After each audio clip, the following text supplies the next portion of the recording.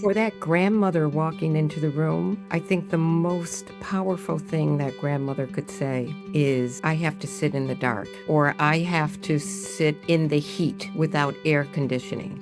That is powerful because that is a real person talking about the real impacts.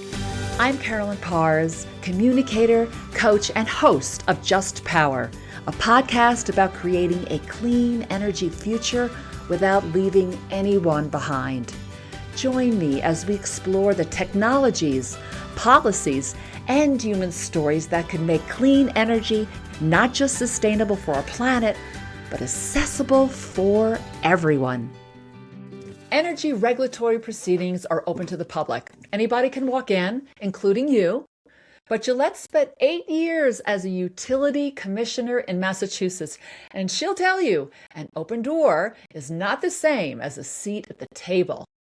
Welcome to Just Power. I'm Carolyn, and this is our series, Leading Through Energy Affordability, where I ask a central question: what do credible responses to this moment in energy affordability look like? My guest today is Jolette Westbrook, and she has a vantage point that is very rare. She sat on both sides of the table as a utility commissioner and now as a director and senior attorney of regulatory solutions at the Environmental Defense Fund, where she works to change what communities can actually bring into that room that sticks. So our conversation today is about who has a voice, who gets heard, and how regulators can build a more affordable and equitable energy system. So welcome, Jolette. Thank you very much. I am glad to be here because conversations like this are so important. We're in a very transitional stage in our energy development, and we need to make sure that people understand what is happening and how they can be heard. So thank you. Right on. Thank you for saying that. 8 years as a utility commissioner means that you presided over proceedings that were where community voices were unrepresented, right? Looking back, how often did the record you rule on actually reflect the people most affected by your decisions? That's a great question.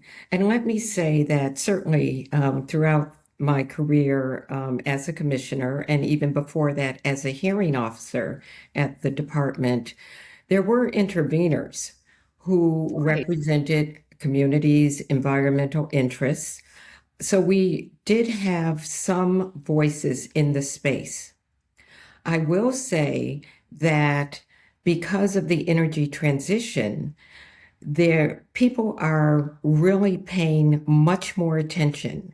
And because there are so many factors that are affecting people, it's great that there are more people involved. So the more, the better to make better records for decision makers. Yes, that is, that's so true, especially in this time because everything's changing, right? I mean, big changes that are going to have an impact for 5, 10, 30 years from now, right? So the more people, I'm talking to everyone here, more people that can let their voice be heard, right? The better, I believe, so that we can really build an energy system that works for everyone. So when a community member shows up without legal representation, right? Without technical expertise, without resources, right? To file, let's say, properly, what actually happens to their voice right now? Like, where does it go? It is different in every state. So I will primarily talk about Massachusetts because that is what I am most familiar with. So in Massachusetts, for example, there are public hearings that start a case. And at those public hearings, the public is invited to make comments. And those comments are heard by the staff who have been appointed to the case and any commissioners who are attending the meeting. That's one level of participation. but that is not the evidentiary record. The evidentiary record essentially is that piece of information that allows the commission to make a legal decision. And that evidentiary record usually requires some sort of legal input. And that's where it can get complicated. Yeah, yeah. It's probably also case by case, that it happens because it's all everything is changing, right? And you're doing great work to help make that happen. And you described, right, when we had a prep call before this, right? And you described a grandmother sitting in the dark in her house during a heat wave and afraid to turn her AC on. And if she were to walk into a rate case proceeding, let's say tomorrow in Massachusetts, right? What would she encounter? And what does that tell us about how far we still have to go, or maybe even how far we've already come? Yes, I think we have come a long way, but we still need to go a lot farther. Yeah. And for that grandmother walking into the room, I think the most powerful thing that grandmother could say is, I have to sit in the dark, or I have to sit in the heat without air conditioning. Mm-hmm. That is powerful because that is a real person talking about the real impacts. And I think that's what community voices get to and why we want more of them in proceedings. It's because they bring an aspect that people who are not going through a particular situation, they just don't know. And I'm not saying that I'm not faulting them, but we all have different experiences. And we need to bring those experiences forward. Otherwise, they won't be heard. Yeah, so it's the lived experience, right? Like what's really happening for her in her life. Um, Correct. yeah, so important. So I want to bring up a report that you co-authored, right, called "Overly Impacted and Rarely Heard."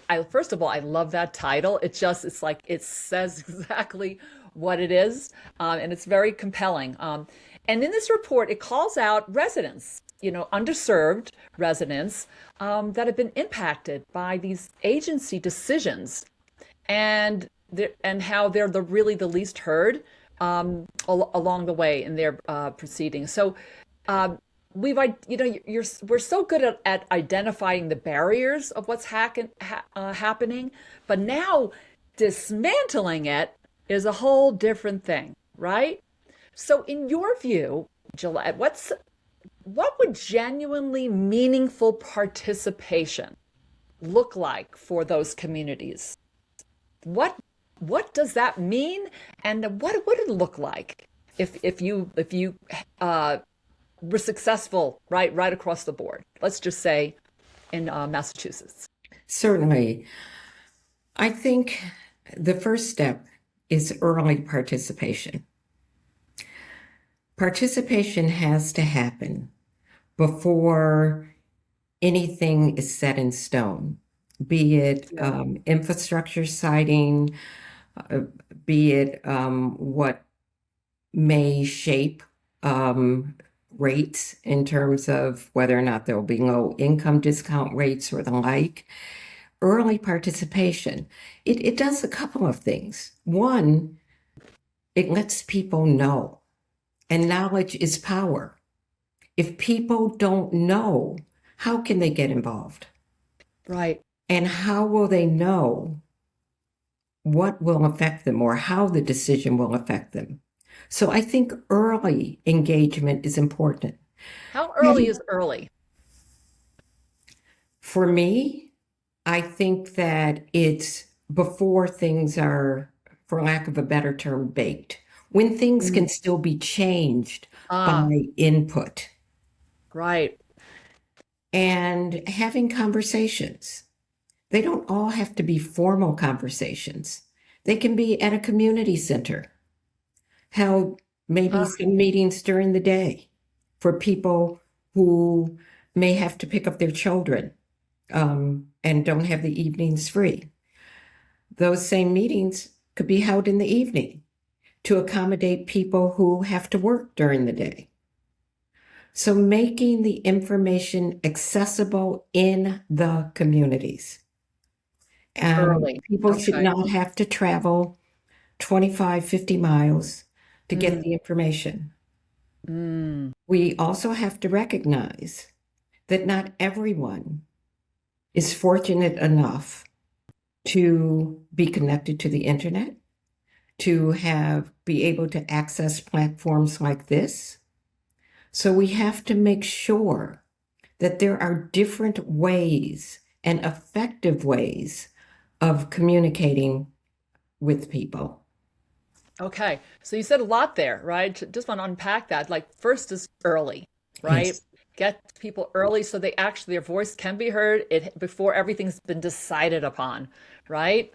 And given many ways to participate because they may not be able to pop on, you know, internet or listen to something online, right? That will have an impact. So they have to have many ways. I also hear so often that, make it in not just in English, but in other languages, so that whatever community you're going into, it's truly, how they live, right?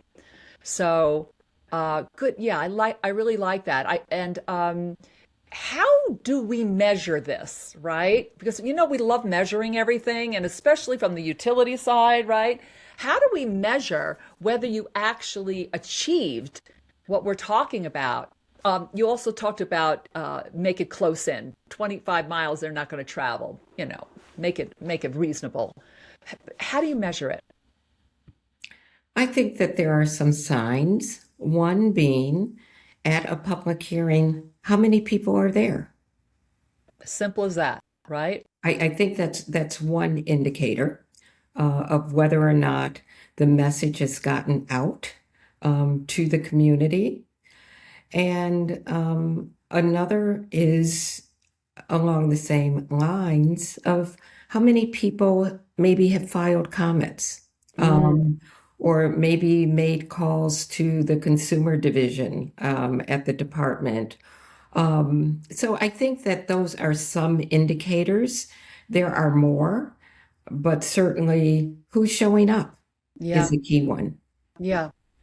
Okay. So you had a stakeholder working group, right? Issue the report with specific recommendations, right, for the Department of Public Utilities and the Energy Facilities Siting Board, right? And so here we are 2+ years later, right? What actually got implemented, right? What was stalled, perhaps? And what does that gap say about how the agencies seriously take this community participation when there's no, let's say, political pressure forcing them to do something, right? How did it go? Well, first of all, let me say I think that experience of working with stakeholders in that group, it was fantastic because there were representatives from um, who had different perspectives. And again, it's building upon different perspectives, taking them into account that makes a difference.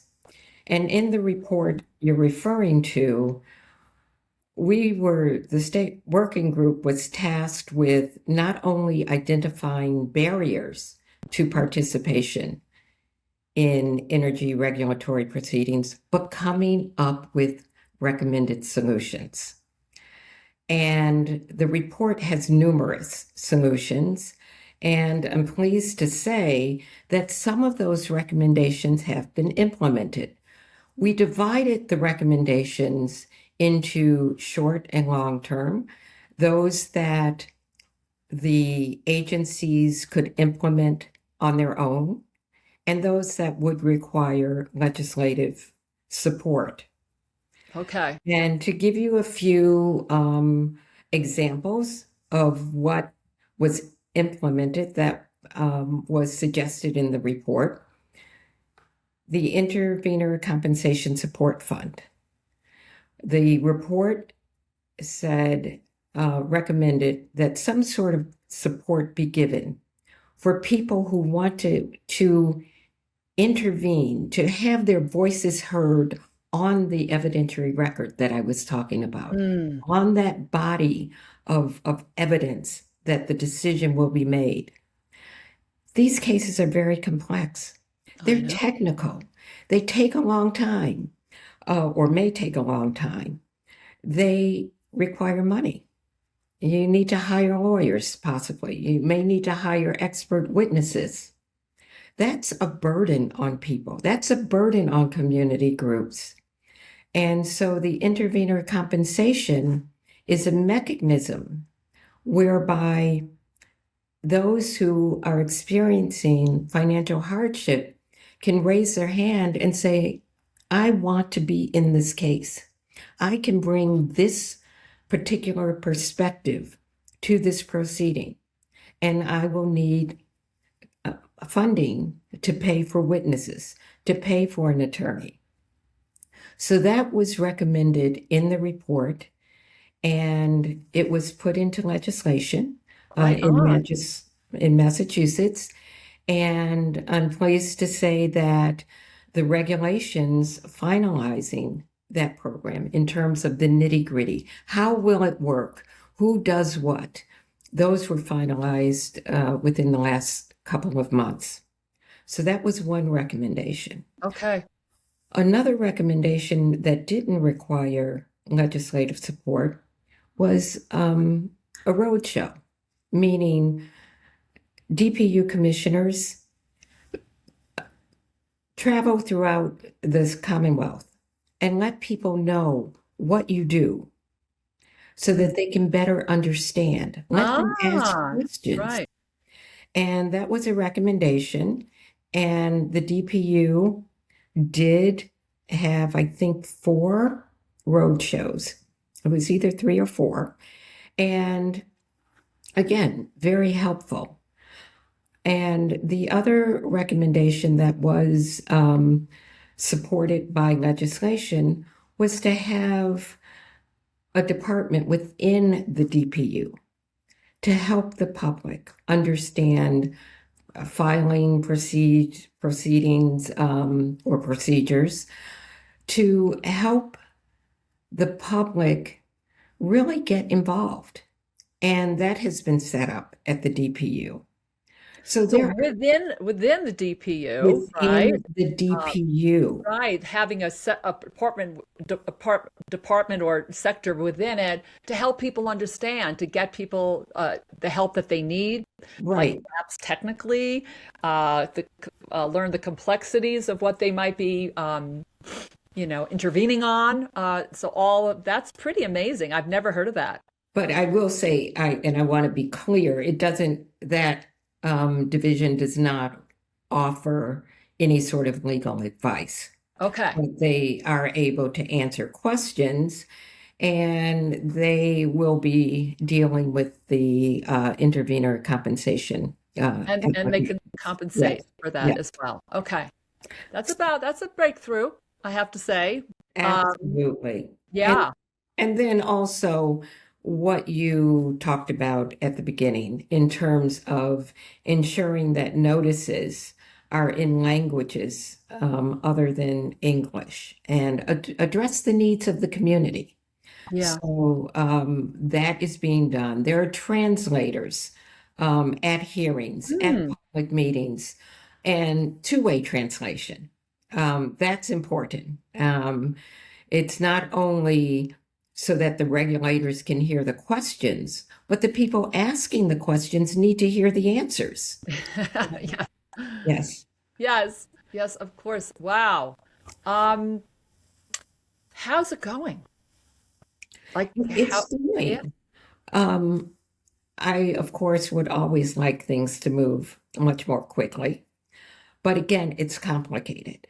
And I think sometimes it's easy for anyone to get overwhelmed by everything that's going on because they may hear snippets about one thing and then something else, then something else, then something else. How do we put all the pieces together so Hmm. that people understand, they understand what they can do, they understand the technology advancements that are happening that may Right. benefit them. There's a lot going on.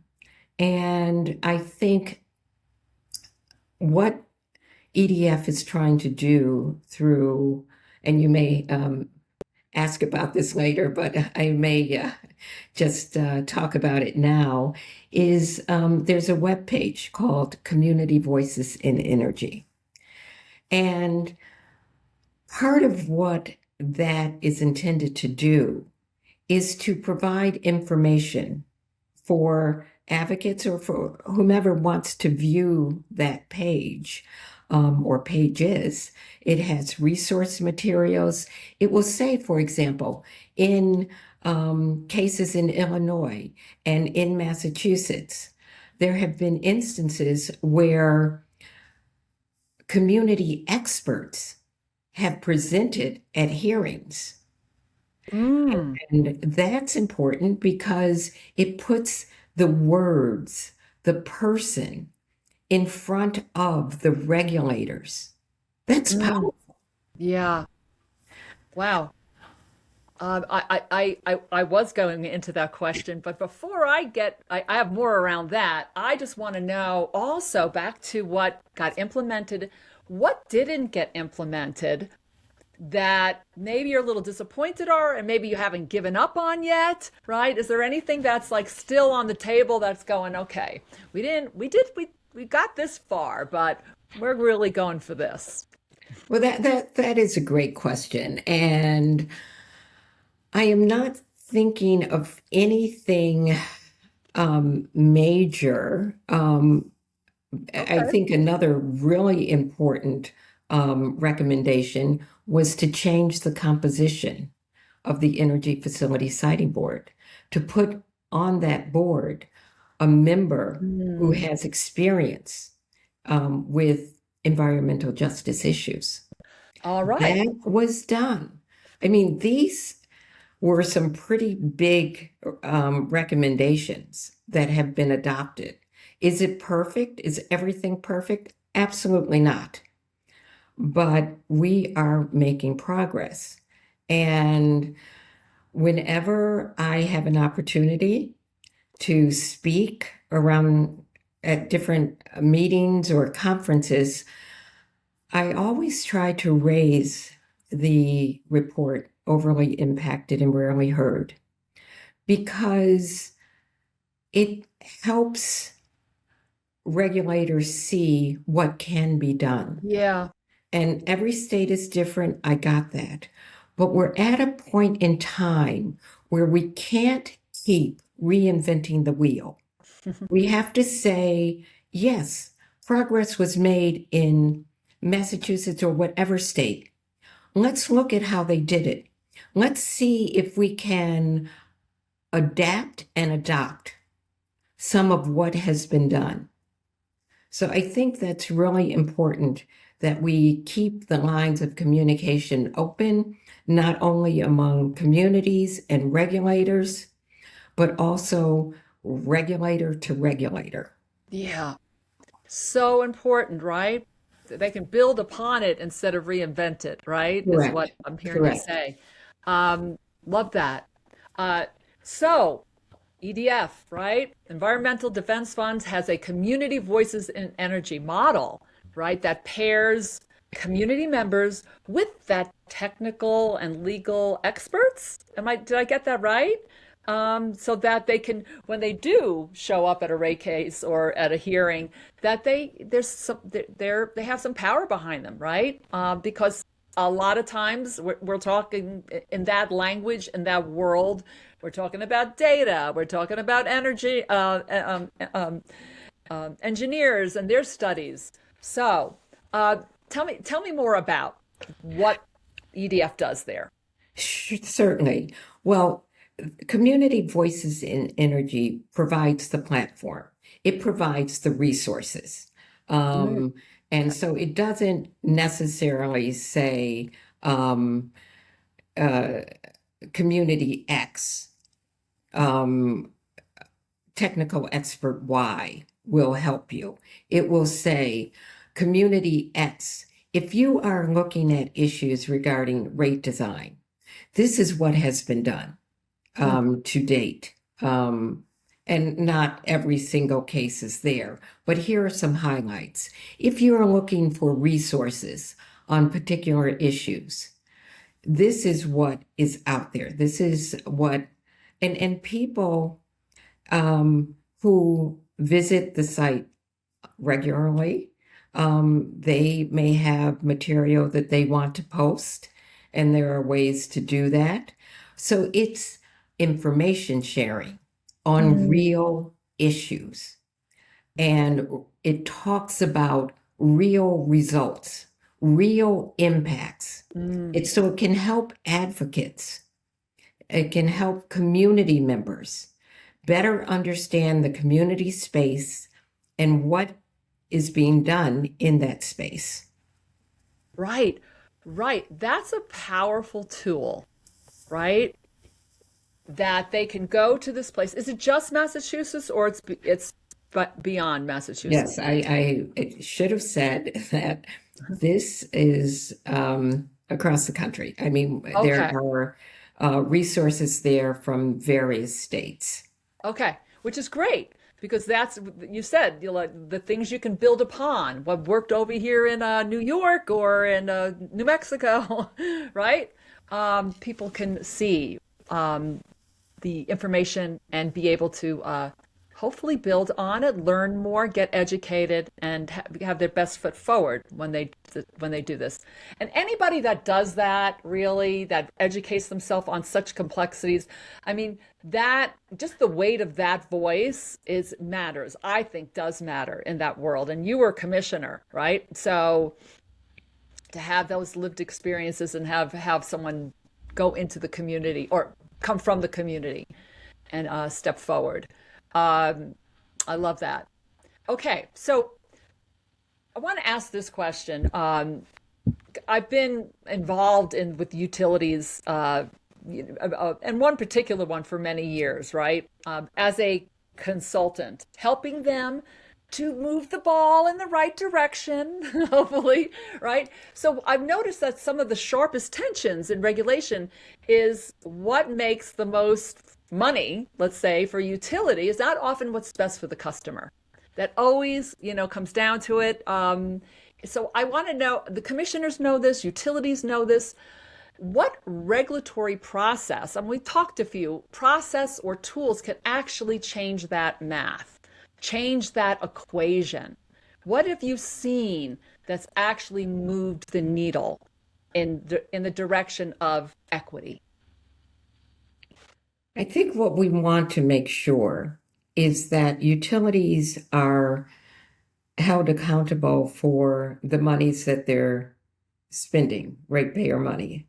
And to do that, maybe performance-based metrics that's been used in several states throughout the country. And that basically says, this is the goal we want to achieve. And we are going to provide incentives if the company exceeds that goal. And so that gives the company an incentive to work harder. That benefits customers because they are getting equitable services. And it could be equity metrics. I mean, the metrics can be, they're very diverse, but basically it's a way, as I look at it, to hold companies accountable. And that's what we want. We want accountability Yeah. and transparency. Yeah. I want to know how my money is being spent. You want to know how your money is being spent when you pay your utility bills. So we want those two things. Okay. The most important there. You use the word equity, right? And that word in the last year or so has got, has hit some political headwinds, right? Where we are right now. Even community benefit agreements, I hear, are being reframed. So, how do you protect the substance of the work you're doing and the people who depend on it when the vocabulary seems to be changing due to all of this? What have you noticed, right, in the last, whether it's year or so, or even few months, around equity, right, and fairness? Well, I've noticed some changes in vocabulary, but it does not change the underlying Mm-hmm. issue that must be addressed. Call it what you want, but people need to be treated fairly and I always say respectfully. And so you can put whatever words you want around that, but it doesn't change the bottom line. Yeah, I love that. You know, I've heard that from some other, sometimes municipalities that have said, yeah, we had to change the word, right? But we're still doing the work. Yeah, yeah. So, yeah, and I love that EDF has been doing that for so many years on behalf of communities and individuals, right? In communities. Uh, so your work, Jolette, sits at the intersection, what I see as like three bedrocks, the voice, your voice, right? Being heard, and what regulators can actually build, right? So let me ask you the question of this series, right? To you, what does credible responses to this moment in energy affordability, we're calling it, look like to you, right? Um, what does that response from your perspective look like today? That response would be being heard. So if I go to a proceeding, whether it be a public comment hearing or if I get intervener compensation and I intervene in a case, or I don't need intervener compensation and I still intervene. Yeah. How are my comments or were my comments taken into account? Mm-hmm. Is there a sentence in the decision or a paragraph or a page or 2 pages or whatever that addresses what I raised and what I was concerned about? So knowing that I was heard, knowing how my concerns were addressed, I think that's really important. That's the key. That's the core, is what I'm hearing you Yes, say, right? yes, Having your voice be heard, right? And, yes, and having it matter, right? yes. In the outcomes. And knowing that it was heard. Ah, If I um, participate in a proceeding and I spend hours upon hours, weeks, months, and there's nothing that indicates that the issues that were critical to me were mhm, heard and addressed, that erodes confidence. And that's just not fair, in my opinion. right. Yeah. Because what I see sometimes is that they'll go through the processes, right? They'll have their listening circle, right? And or they'll do the community event. And listening isn't a really important part of it, right? I mean, that's a good step in the right direction. But then what you just said is key, that what was said was actually in some ways responded to, okay? Yeah. And then ultimately implemented on, right? Would be. So those things are so important. Uh, in closing, Gillette, Gillette, tell me, is there a question I didn't ask you or something that you'd like to say in closing that is important to you, right? In the work you do? Well, first of all, I really appreciate, again, this opportunity just to talk about the real issues. Yeah. We are in a space right now where energy transition is happening.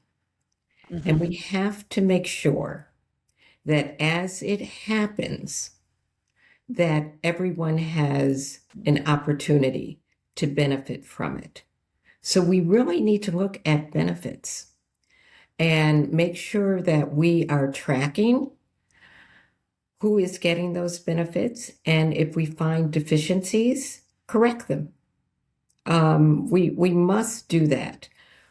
And we have to, as we talked about, ensure that people have opportunities to be heard in a meaningful way. I mean, there are two ways to be heard. I can say something and you can totally disregard it. Right. That's not really being heard.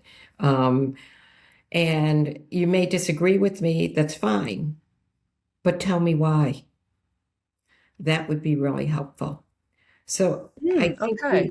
I think we just have to keep the spotlight on communities, on engagement, and keep talking with each other, keep providing resources like Community Voices in Energy, and keep going forward. Okay. Well said. Well said.